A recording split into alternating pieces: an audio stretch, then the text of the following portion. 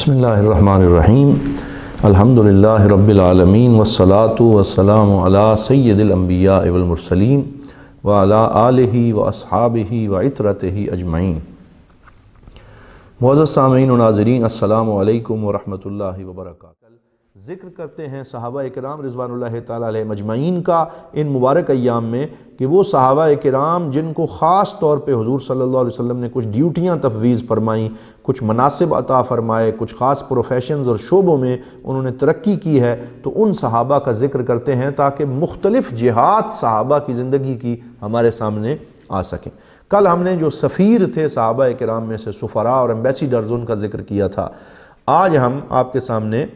صحابہ کرام میں سے جن کو وزیر بننے کا شرف حاصل ہوا اور اللہ نے وزارت عطا فرمائی، ان کا ذکر کریں گے۔ یہ بھی ایک منصب ہے اور آج تک یہ منصب چلا آ رہا ہے، لوگ وزیر بنتے ہیں اور ان کو شرف ملتا ہے، پروٹوکول ملتا ہے، عزت ملتی ہے۔ حضور صلی اللہ علیہ وآلہ وسلم نے بھی بعض لوگوں کو وزیر ہونے کا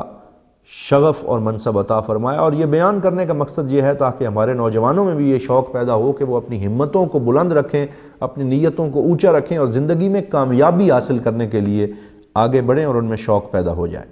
حضور صلی اللہ علیہ وسلم کی مشہور حدیث پاک ہے، بلکہ قرآن پاک میں بھی اللہ رب العزت نے وزیر کے لفظ کو بیان فرمایا کہ جب حضرت موسیٰ علیہ السلام کو فرعون کی طرف بھیجا کہ جاؤ اسے توحید اور میری بندگی کا پیغام دو، تو وہ عرض کرنے لگے رب اشرح لی صدری ویسر لی امری،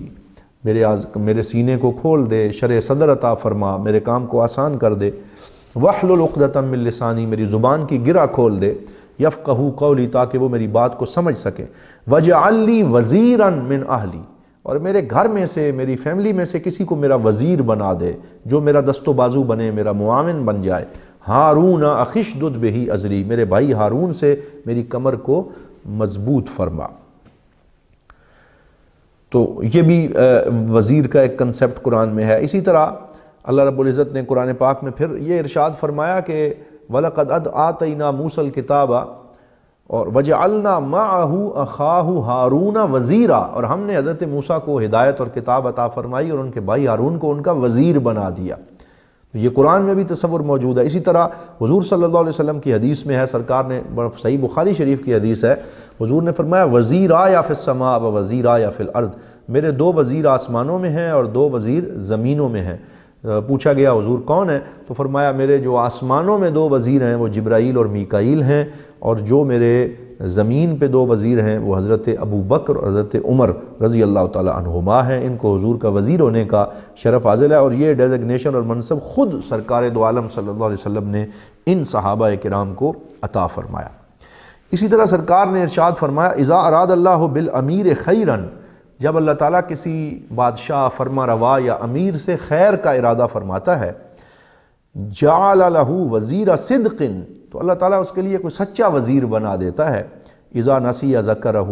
جب وہ بادشاہ بھولتا ہے تو وزیر اسے یاد کرواتا ہے کہ یہ اچھا کام ہم نے کرنا ہے، اچھے مشورے دیتا ہے۔ وَإِذَا ذَكَرَ أَعَانَهُ، اور اگر اسے اچھی باتیں یاد ہوں تو یہ ان باتوں کو پورا کرنے میں یہ وزیر اس بادشاہ کی مدد کرتا ہے اور معاون بن جاتا ہے۔ تو اس سے یہ پتہ چلا کہ وزیر ایسا ہونا چاہیے کہ جو اچھے کاموں میں بادشاہ یا صدر یا وزیر اعظم کا معاون ہو اور اچھے مشورے دے اور اچھی طرف لے کے چلے، اور بادشاہ اگر اللہ اور اس کے رسول صلی اللہ علیہ وسلم کو، دین کو بھول جائے تو وزیر اسے یاد کروائے اور اس کی معاونت کرے۔ آج کل وزارت کے منصب کی شرائط جو ہیں وہ بھی بدل گئی ہیں، بعض سفارشی لوگوں کو وزیر بنا دیا جاتا ہے، نوازا جاتا ہے، اقربا پروری کی جاتی ہے، اور طرح طرح کے جو لوگ ہیں ان کو نااہل لوگوں کو بھی وزارت کے منصب سونپ دیے جاتے ہیں، جس کی وجہ سے ملک میں بڑی انارکی پھیلتی ہے۔ وہ ظلم اور بربریت اور جو ہے وہ طرح طرح کے شدت پسندی شروع کر دیتے ہیں، اپنے ہی نہتے لوگوں کے اوپر گولیاں برسانا شروع کر دیتے ہیں، لاٹھی چارج شروع کر دیتے ہیں، جس کی وجہ سے ملک کے اندر امن و امان کی صورتحال خراب ہو جاتی ہے۔ اور اگر وزیر اچھے ہوں تو پھر جو ہے وہ انسان، پورے ملک کا صورتحال اچھی ہو جاتی۔ تو یہ ایک ایسا قانون ہے کہ مشیر اچھے ہوں تو وزیر اچھے ہوتے ہیں، وزیر اچھے ہوں تو بادشاہ کی کارکردگی اچھی ہو جاتی ہے۔ حضور نبی رحمت صلی اللہ علیہ وآلہ وسلم کے وزراء میں سے امام ابو بکر بن ابی عاصم یہ ایک مشہور فقیہ گزرے ہیں، ان کی کتاب ہے الآحاد والمسانی، اس میں انہوں نے ایک روایت ذکر کی ہے، بڑی خوبصورت روایت ہے۔ فرماتے ہیں کہ حضرت سیدنا عبداللہ بن حوالہ، یہ ایک صحابی ہیں، عبداللہ بن حوالہ ان کا نام ہے، وہ روایت کرتے ہیں، کہتے ہیں کنّا عند النبی صلی اللہ علیہ وسلم، ہم حضور کی بارگاہ میں حاضر تھے، فشکونا لہ الفقر والعرى وقلۃ الشیء، ہم نے حضور کی بارگاہ میں شکایت کی، یا رسول اللہ فقیری ہے اور ہمارے پاس لباس نہیں ہے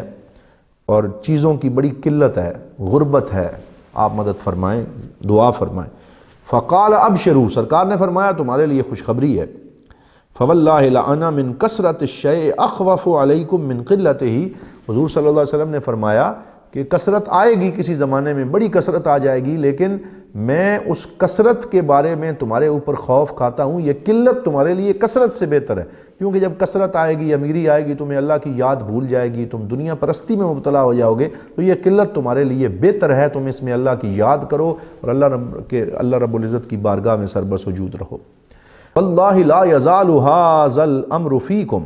یہ دین اسی طرح تمہارے اندر چلتا رہے گا، حتی تفتح لکم ارض فارس والروم، یہاں تک کہ تمہارے لیے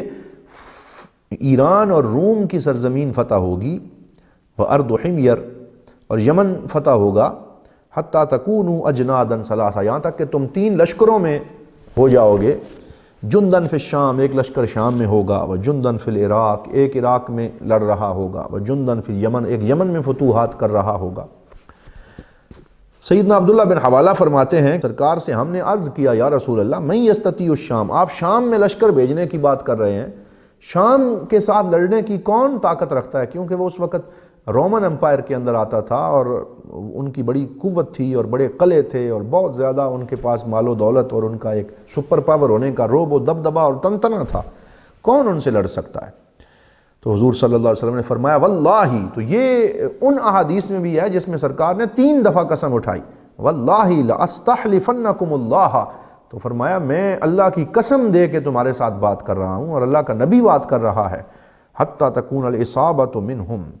البید قمصہم والمحلقۃ رؤوسہم قیاما علی رأس الرجل الاسود منکم المحلوق الرأس ما یأمرہم فعلوا، فرمایا میں دیکھ رہا ہوں اپنی نگاہ نبوت سے کہ ایک ایسا وقت بھی آئے گا کہ جب رومیوں کے اوپر تم حملہ کرو گے تو ان میں سے کچھ ایسے لوگ جن کی قمیضیں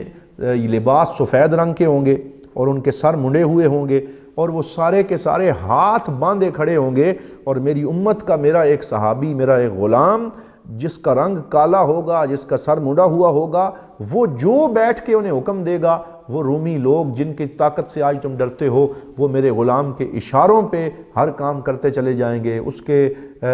ہر کام اور عمل کے ماتحت ہو کے وہ اس کی غلامی کریں گے اور اس کے باتوں کو مانیں گے۔ تو سرکار دو عالم صلی اللہ علیہ وسلم نے گویا اپنے ایک وزیر کی شان کو بیان کیا کہ میرا ایک ایسا صحابی ہوگا، میرا ایک ایسا غلام ہوگا جو بیٹھا ہوگا، جس کو وزارت ملے گی، گورنری ملے گی، اور یہ روم کے سارے لوگ اس کے اشاروں کے اوپر اس کی خدمت کر رہے ہوں گے اور اس کے اشاروں کے اوپر کام کر رہے ہوں گے۔ تو حضرت عمر فاروق رضی اللہ تعالیٰ عنہ کے دور میں جب روم فتح ہوا، ایران فتح ہوا، تو صحابہ فرماتے ہیں کہ جو سرکار نے فرمایا تھا منو ان پورا ہوا، اور حضور کے صحابی جز بن سہیل السلمی، یہ حضور کے ایک صحابی تھے، تو ہم نے انہیں دیکھا، فعرف اصحاب رسول اللہ نعت ھذا الحدیث، حضور کے صحابہ نے اس حدیث میں جس صحابی کی سرکار نے بات کی تھی اسے پہچان لیا، وہ جز بن سہیل السلمی ہیں۔ تو جب وہ وہاں پہ گئے جہاں روم فتح ہوا تو کان قد ولی الاعاجم، تو وہاں کے جو اجمی لوگ تھے ان کے اوپر وہ نگران بنے اور ان کو وزارت ملی، اور وہ جو فارنرز تھے، وہ جو اجمی لوگ تھے، ان کے وہ وزیر بنے، اور کان اویدمن، وہ گندمی رنگ کے تھے، قصیراً، چھوٹے قد کے تھے، کانو یرون الاعاجم، اور صحابہ کہتے ہیں ہم دیکھتے تھے کہ وہ اجمی لوگ، وہ ایرانی لوگ، حولہ قیاماً، ان کے ارد گرد ہاتھ باندھے کھڑے تھے، لا یأمرہم بشیء الا فعلوہ، جو وہ حکم دیتے وہ سارے لوگ ان کے حکم پہ عمل کرتے، فیتعجبون من ھذا الحدیث، تو یہ صحابہ اس حدیث سے تعجب فرماتے کہ سرکار جو فرما کے گئے وہ سچ ہوا، اور آج حضور کے غلاموں کو، سرکار کے صحابہ کو یہ شان ملی ہے کہ روم اور ایران کے اوپر بھی ان کو حکومت اور سرداری میسر آئی۔ تو اللہ رب العزت ہمیں حضور صلی اللہ علیہ وسلم کی غلامی کے اندر دین کی خدمت کی توفیق عطا فرمائے، اور صحابہ کرام رضوان اللہ تعالی علیہ مجمعین کے مقام کو سمجھ کر ان کا احترام اور ان کی محبت نصیب فرمائے۔ والسلام علیکم ورحمۃ اللہ وبرکاتہ۔